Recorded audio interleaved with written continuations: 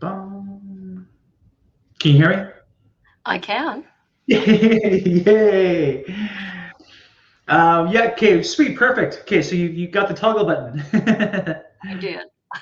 Nice. Took me a while to get in the room, though. It wanted a password. I'm going, what?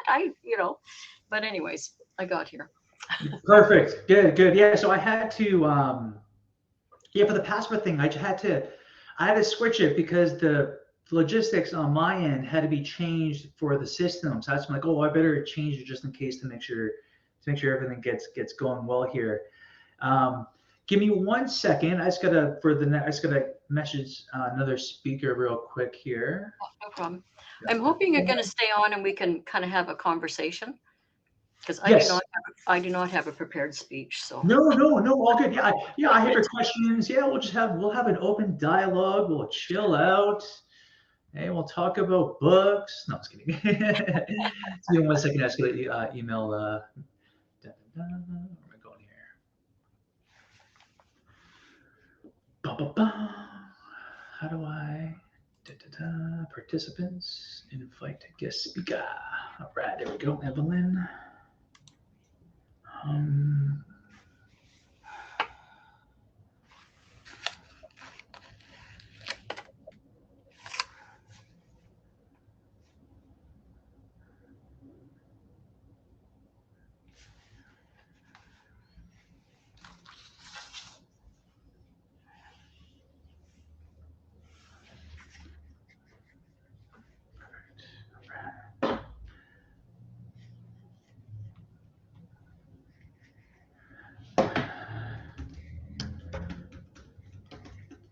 all right, give me 1 second.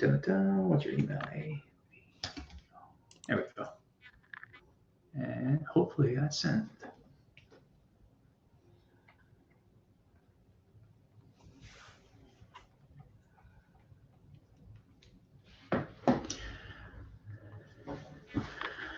Oh, and that was recording the whole time, but that's okay. That's all right. Nothing wrong with straight, non-edited material for us. All right. So yeah. So I seen your. You sent me some information on the email. You work from Master G. that's right. Yeah. Do you know? Nice. You know what? I grew up in North Burnaby on Hastings, or sorry, Duthie and Curtis. So Oh, basically yeah. on the edge at the bottom of Burnaby Mountain Hill or Yeah. whatever. Yeah. Yeah. So I was in that area for years. Oh, I shouldn't say years, but in high school, and I always walked by Master G's. But I went to Cobra Kai. I'm not Oh, yeah. sure if yeah, Cobra Kai with Yeah. Master Corey Watcho. Yeah. But yeah, so you have your what's your little I have a third martial degree arts? black belt. I was just about to start apprenticing. I was just close to apprenticing for my fourth degree when COVID hit. And I don't know, things shut down and I didn't go back. Mm-hmm. It is. Yeah, no, a lot of things, a lot of things had to shut down with it. A lot of, my stuff, other coaches, other gyms. Yeah. I talked to other gym owners over during that time frame, and so many gyms had to change hands, unfortunately. But yeah, it was a horrible time for a majority of us. But no, that's awesome. The black belt. So how long were you taking martial arts for? Well over 20 years. 20 years. Well, Nice. I think 28 years somewhere. I started it before I started all this other stuff. So, and I've been in this other stuff for 25 years. So, yeah, I It's loved it. pretty. Yeah, no, no. I think the martial arts, the I was kind of explaining this before, but no, the martial arts, the philosophy, and Yeah. and just how it can uncover, or how it can not uncover, but how it can instill the values to become, a better person. And Yeah. I love what how it changed my path big time. Yeah. So I definitely love martial arts and the positive aspects that it can have on the person. And Mhm.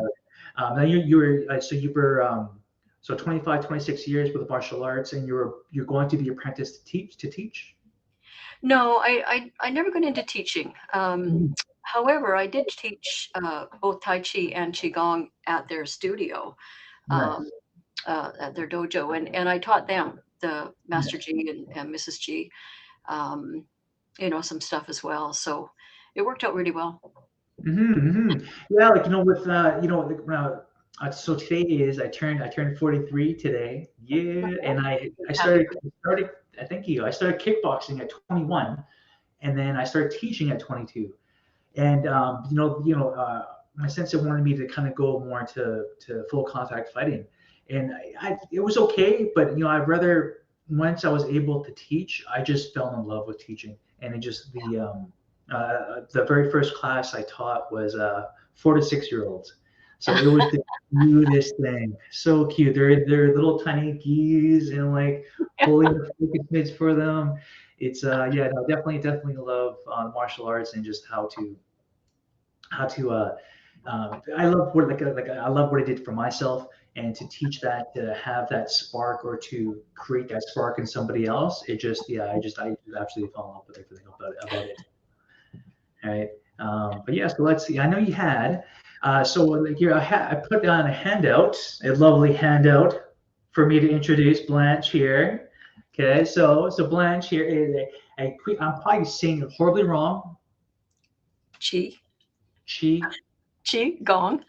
Thank you. It's like when you type in Google, how to say Qigong master and energy healing practitioner. Blanche is also an acupressure therapist and Tai Chi teacher with over 25 years of experience in Chinese medicine and energy healing. She helps people restore balance, mobility, and vitality through gentle, time honored practices.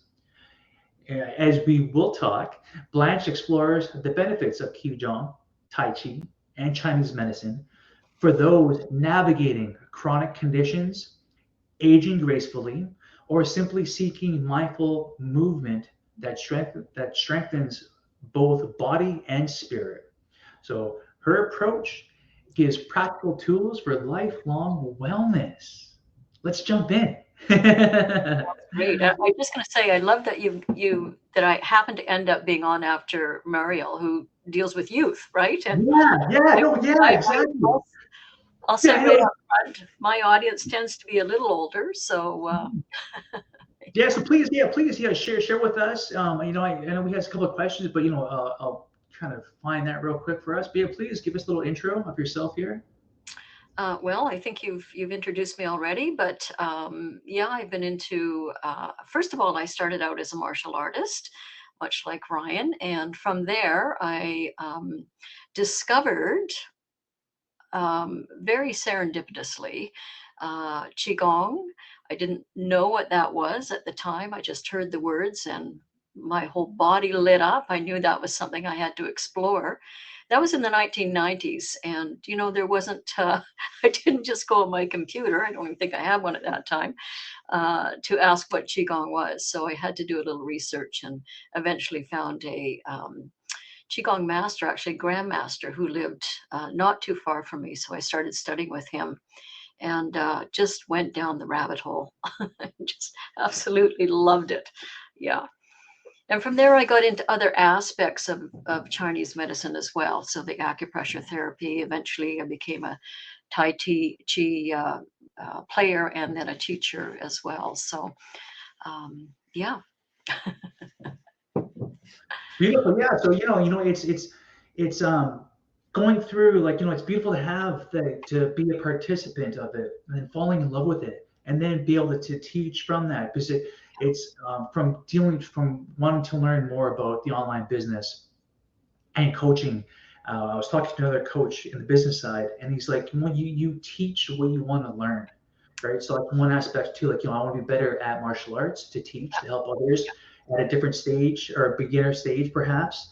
Hmm. Another coach was saying, like, if you can coach or teach someone who's one chapter behind you, you Yeah. can help hundreds, right? So it's the beauty thing aspect of practitioners, of coaches, and really living the values of martial arts, Western style exercise, personal training, American style kickboxing, and just to use that to teach others to help better them is, it's amazing stuff that you do, and what I do. I love what I do. I love teaching, right? So I did have if you go onto the chat there, I do have a couple of the questions there we can kind of go through and Okay. kind of keep us on track, so to Alrighty. speak. Okay, so question one. What What is Qigong? is it? What is it? Well, as I just admitted, I didn't have a clue what it was either when I first heard about it. But most people know what Tai Chi is, and both of them are very gentle movement arts that are based on the principles of Chinese medicine. So they're very, very good for you. And just moving your body in a certain way activates what's called the qi flow in your body, and that helps with your overall health, and not just your physical health, but also your mental, emotional, and your spiritual health as well. And in terms of Tai Chi, because I teach both, there's lots of differences, but I think um, for me, what I find for my students is Tai Chi is so much harder to learn and so much harder to remember than Qigong is. Tai Chi is more about movement, and you're moving the Qi in your body when you do it. You might do one movement and then move to a different movement and then another one, and you'll have a set of movements, which is called a form. And that's what a Tai Chi form is, moving from one movement to another. So you have to remember all of those different movements. There can be anywhere from 8 to 108 movements in a form, right? So that can be difficult for people to remember all of them. Whereas Qigong, often you stand in one posture and you'll do a movement from there. So you might, your feet might not move, but you're just moving your hands or your arms, or you might put yourself into a different kind of posture and do something else. So it's way easier to learn. But also the one of the benefits of qigong is that you can really target aspects of your body. So if you've got a heart issue or a liver or kidney issue, you can target those organs and do things to improve their health. You can do that for your bones or for your circulatory system, your lymphatic system. So there's a lot of benefits to learning qigong as opposed to Tai Chi. I love Tai Chi, but there's, I think, a lot more benefits to doing Qigong. Yeah. And in terms of yoga, I see that on there as well. Um, I'm going to say I actually get students who were formerly doing yoga. For a couple reasons. One, a lot of them don't want to be on the floor anymore, and yoga is primarily on the floor. Qigong is primarily standing. Now, that doesn't mean that there's yoga stuff where you don't stand, and it certainly doesn't mean that there's Qigong stuff where you don't get on the floor, or, sometimes we do a seated posture as well. So some of my students, as I mentioned, my target audience is a little older, people over 50. I still have younger students, but a majority of my students are over 50. And then the other thing is sometimes people have been injured doing yoga, and Qigong is a little bit easier on the body. Yeah. And I always tell my students, do 70 to 80% of what you're capable of. That 70 to 80% becomes 80 to 90%, becomes 90 to 100% over time, right? But there's very little chance of injury when you do things that way. So, yeah, it's so different from martial arts, right? I don't know about you, but when I did martial arts, go into a warm up, and then it's 110%. 110% is what you're giving. Oh, jeez. No, it's funny because just to tie into the energy output, I was recently at a pickleball skills and drills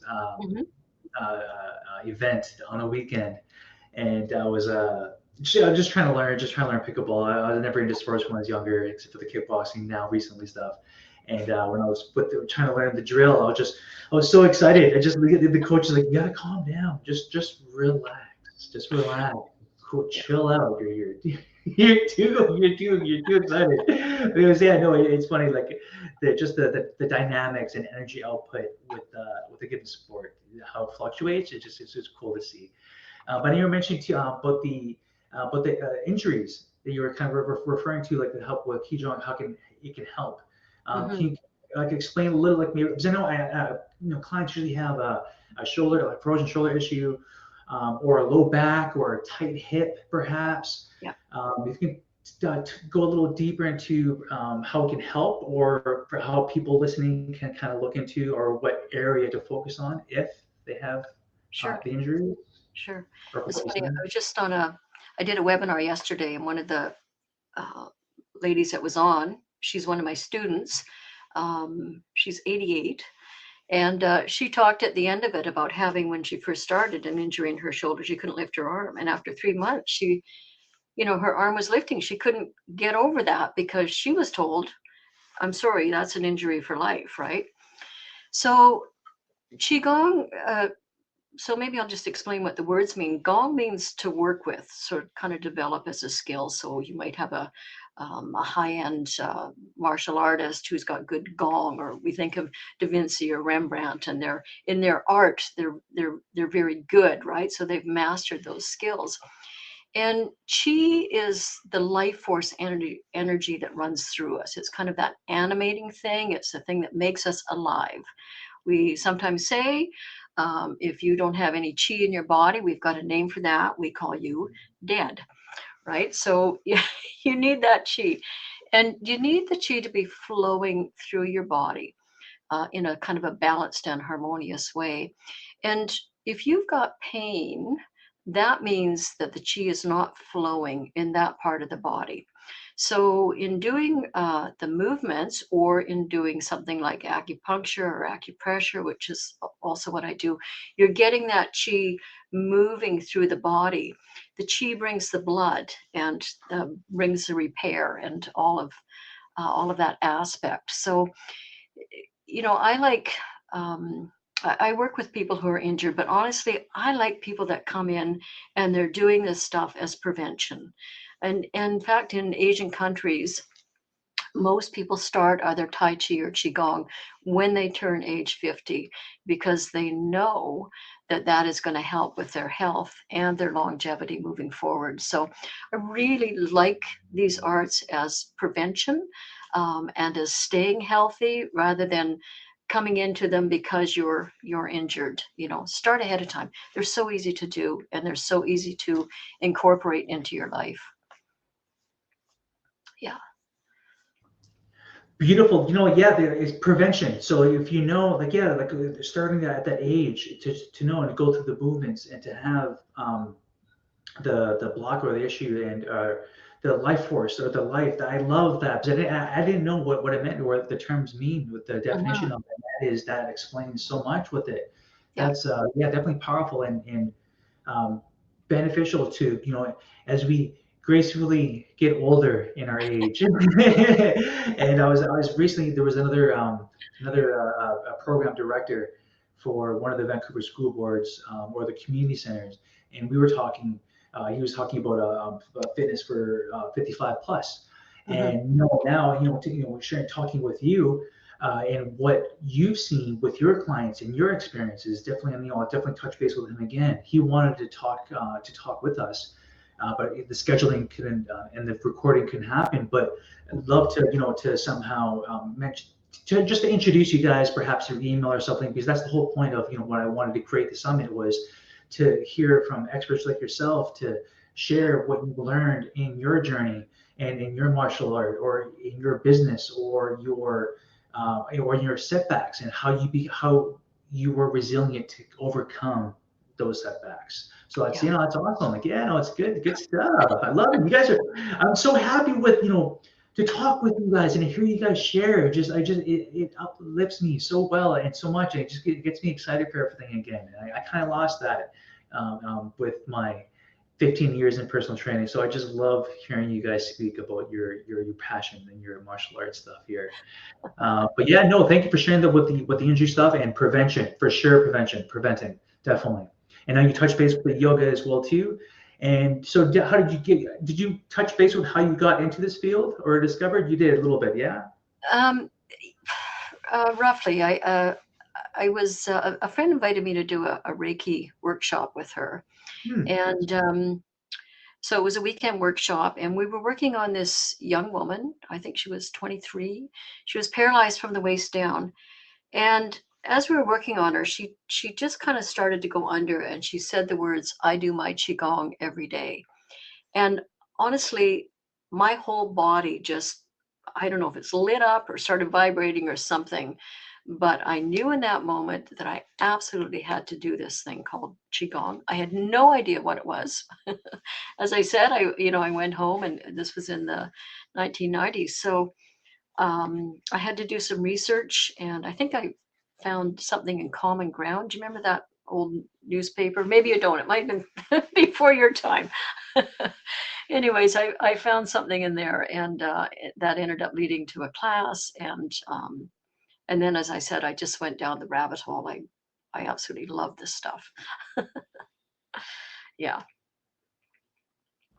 I know there was. I know we had. I had technical difficulties for this morning, and one of the other speakers, she was actually she was a participant for one of my self-defense seminar or courses that we did with Britannia Community Center, and she was just walking by and she saw the poster outside of the gym, and then I kept the door open so if people could walk by and look. So she saw self-defense and she kind of peeked in and she kind of like he was looking like, yeah, come in, come in, come in, come in. So she came in, and it just like having happenstance or Yeah.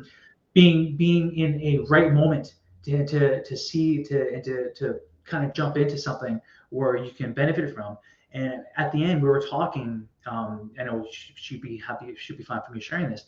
We were talking, and she's like, "Yeah, Ryan, I'm just so thankful to come by and to walk by to see the poster and to see you and everyone else in this class. Everyone's so welcoming here, and I just feel like not synchronous. Synchronicity. No one, it was like a happenstance thing, but I was like, you know what? When you have a good heart, because after talking with them, when you have a good heart, a good soul, and you're focusing on becoming better, your field of vision opens. Yeah. And she was very happy that she felt that she was very happy for me to say that to her, just kind of like a re-acknowledgement of like, yeah, no, it's it's good that you're here. It's good that you're working on yourself, and Hmm. to have that self-defense to to empower yourself. Right. Yeah. So yeah, it's great how we see things and then like, oh wow, I want to be part of this. I want more. I want more of it. Right. That's beautiful stuff. Right. And then what else here? And yeah, in part of a part of the fitness stuff too, like being myself. Like I remember when I first started kickboxing at 21, I was going twice a week, barely going to the gym. I was very unhealthy back then. And then my sensei at the time was like, all right, well, you're gonna start coming 3 times a week. 3 times a week? Do you not see how hard these classes are? But it's just funny how once you get comfortable in the discomfort and how you Hmm. become stronger as you go through, or as you become more in tuned with what you're learning about, right? So like just the next question or the next topic here. So many people feel overwhelmed by fitness routines or believe they don't have enough time or energy, or with Marielle, where we're just talking about like I'm unfit already. I can't go to a class. I can't do Tai Chi. I'm horrible with coordination. How can I? Right. So if you can just touch base on your experience with that part there. Well, again, that's one of the wonderful things about Qigong is you can do it, like right here. You don't have to have a big space. You don't have to go to the gym. You don't have to have any equipment. You can do things on the spot. Some of my students are still working, so I just get them stand by your desk for 5 minutes and do a couple of little things. It's so easy to incorporate into your day. And even if you only know a couple of movements, you can do them in different ways. You can set your intention to have a movement energize you if you want to do that in the morning or mid-afternoon or something. But you can also do that same movement in the evening by slowing down your breath, slowing down your intent, or getting your intention to slow things down so that you can be calmer and more relaxed before going into bed. And there's lots of different sets of qigong movements. Some of them are better for, building up your immunity, or for working on your bones, or for getting yourself energized. Morning routine, and then having maybe an evening routine as well. So it's so easy to incorporate into your life, just really easy. And some of it is as was it Kim, I think, was talking about breath work. Some of it's as simple as changing up the way you breathe. And then you can add the movement with that as well. But just the breath, I always start my classes with a couple minutes of breath work because it's so important. How we don't breathe, most of us, the way that we should breathe in our lives now to get the optimal amount of oxygen and chi into the body. So, yeah. Yeah, no, it is, it's the breathing aspect for sure. Like definitely having the to reset, to recenter, Hmm. to either to power down, like you're saying, to have that intention. Okay, well, I'm too excited. I gotta calm down. I gotta relax. Yeah. Or I also did youth work. I was with they say at risk for in the First Nations youth, but just um, it's just more in the sense of anger management, or how to deal with stress, or how to cope with with feelings that are overwhelming. And Yeah. just like how the speakers of today were talking, Kim talking about Mhm. breath work, talking about intention, talking about where are you feeling the pain or the stress or the physiological aspects of what you guys everyone's been talking about today, and how to deal with that. And Mhm. all of these little, and we say simple tips and tricks that we can do, but we don't really do them. And it's like if we just actually listen, and if I listen and just like do the work, and it's so simple, just do it. And just my whole life, my body will love it. Absolutely. Right? So, yeah, yeah, no, it's awesome stuff, right? And you do have time for this, and you can make time.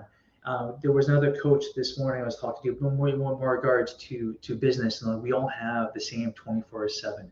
What is our priorities? Even though right now you could be, he was talking to a younger crowd, like right now you can be worrying about the business side of things, or the cash flow of things. You're young, you're 23 right now, but turning 43 today, and going through to my older knock on wood. So I want to keep doing. I want to keep teaching until I'm 80, 90. Because I love the interaction with everybody. And so Mhm. to have all the stuff that you guys are saying today, and Yeah. implement the stuff, like, oh man, I can teach until I'm 95. Right, so that's awesome. Right now, Yeah. so beyond the physical benefits, and also the mental and spiritual aspects of it, right? So what are some mental or emotional benefits of regular practice with Qigong or Tai Chi? Yeah. Well, in Chinese medicine, the body, the mind, and the spirit are all related. And when you work as a martial artist, for example, we work on a part of our body called the lower dantian, sort of the lower belly area. And when you build up chi in that part of the body, you become much physically stronger, and your immunity gets much stronger as well. We also have an area kind of in the heart where we can reservoir chi there. When we build that up, then we become a little more emotionally grounded. So if somebody says, "Oh my God, that was a stupid thing for you to do," it's like, "Oh yeah, yeah, it was." But it just those little things don't bother us anymore. And then we also have a spiritual center as well. And when we have a good amount of good quality chi in there, we tend to be a little bit more spiritually orientated. Our intuition might be better and whatnot. But the thing is, all three of them are connected. So when you build up your body through either martial arts maybe or through Qigong practices, martial Qigong. You're also working on that mental, emotional, and the spiritual bodies as well. They just get better, they get stronger. And I tell this to my students, you can do this physical stuff. It will affect you mentally and emotionally and spiritually. And so what happens is when the chi is moving kind of harmoniously through the body, there's no blockages or anything like that, your mind becomes calmer and you're better able to make decisions. So it's not just you're healthier physically, but you're healthier mentally as well and emotionally. So all of these things are tied in together, and one affects the other, affects the other. So it's interesting. I found before I started. When I was just getting into kind of the more healing arts, the qigong and tai chi and whatnot, um, a couple of people that I ran across were also martial artists. And I thought that's so interesting because that's often a stepping stone. A martial artist, they build up that chi, that physical body, and then they end up going into the more healing arts. And then from there, they may end up teaching those healing arts. So it's I came across it a few times and I thought, wow, that's just so interesting. But yeah, so it affects your mind and your spiritual aspect as well. And the same thing, if you work on that emotional stuff, you're going to end up being healthier physically as well. And for business people, especially people like us who have our own businesses, we need to be healthy. If we're not healthy, guess what suffers first? Our business, right? So these practices are so important, I think, on a lot of different levels. No, 100% for sure. Especially with just tying into the earlier coaches that I was listening to this morning, and having the spiritual side, the mind, body, and soul connecting, and Hmm. you can, once that aligns, and you have your chi, and you have everything in line, you can be in a state of being in the zone, or Yeah, being in that zen like, or being in the absolutely. zone where everything just flows.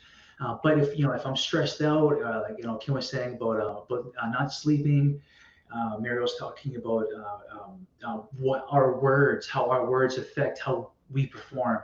If I think I can't do these certain moves, or if I stop myself even before trying, then I'm just limiting my potential.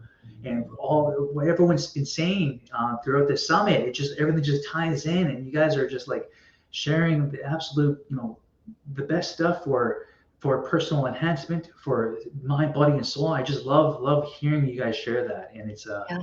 it's let's get that highlighter. You're like, all right, everyone, take notes. Take what you're saying down. That's beautiful stuff, right? But yes, and I know we touch base about the spiritual side, mind, body, soul, having that connection.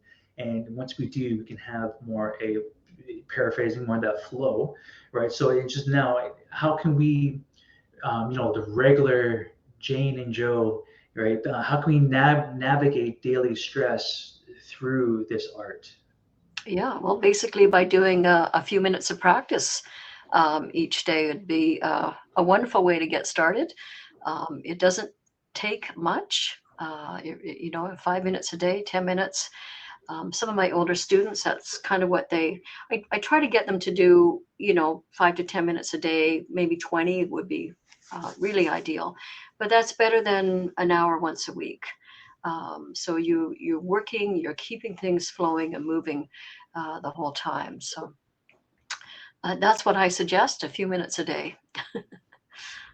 Yeah, it's having those small little wins. It's Mhm. you're telling your student to have, if you're standing, just do your daily exercise for the 5 minutes Yeah, throughout the day.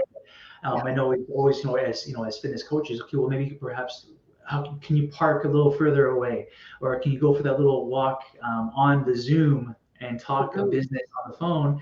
I know a lot of companies now want people back in the office. I've seen posts about that. But it's having these daily wins and having these healthy habits of where and when can I start. Well, Blanche just said we can do it anywhere. You can do it Yeah, standing. You can have a shoulder injury and work on it, and work to become more mobile, and to have, as we age gracefully into our 40s, 50s, 60s, and if there's younger kids on here, 20s or in their teens, like Marielle's youth podcast, right? So it is having that balance to make sure that we are more than capable of handling our stress, but also being that leader for others. That's another thing, like being that youth work and having the martial art background is being that leader in the community. Even though even though like I may see someone being positive, and they're being that positive light. I want to do that. I want to emulate that positivity. And what you guys are sharing with everyone today, like I want to be that. Your tips and tricks of becoming better, and to make sure that that I be a role model for for my family or my inner circle, then yeah, let's make that happen. Because like Marlena, she was mentioning, I was one of the speakers. One of the mishaps that we had was what is your input? Is it the negative output from the outside world, or are we controlling it? Are we controlling through Tai Chi? Are we controlling it through healthy eating, through sleeping properly, and to making sure that our trap versus fixed mindset, like Mariella was talking about, right? So we have all of these tips and tools and tricks that everyone shared today, to make sure that we are one step ahead and aging gracefully, right? Right, Blanche? I love it. So Blanche, now I might have misplaced your links for website. I think I do have it. Let's double check here.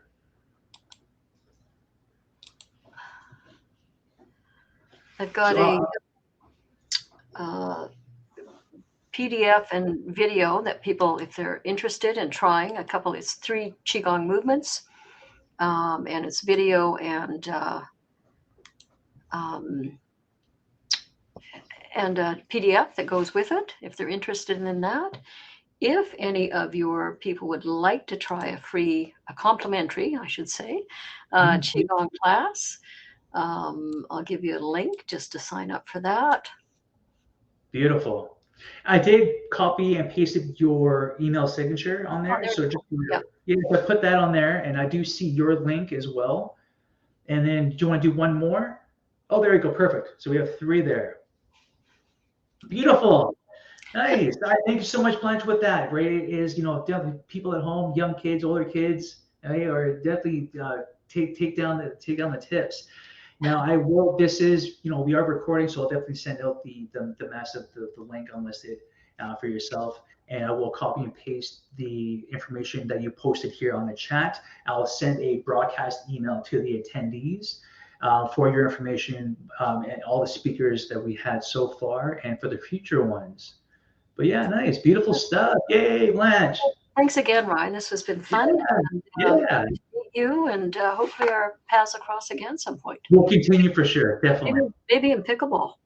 Oh, I know, I'm trying.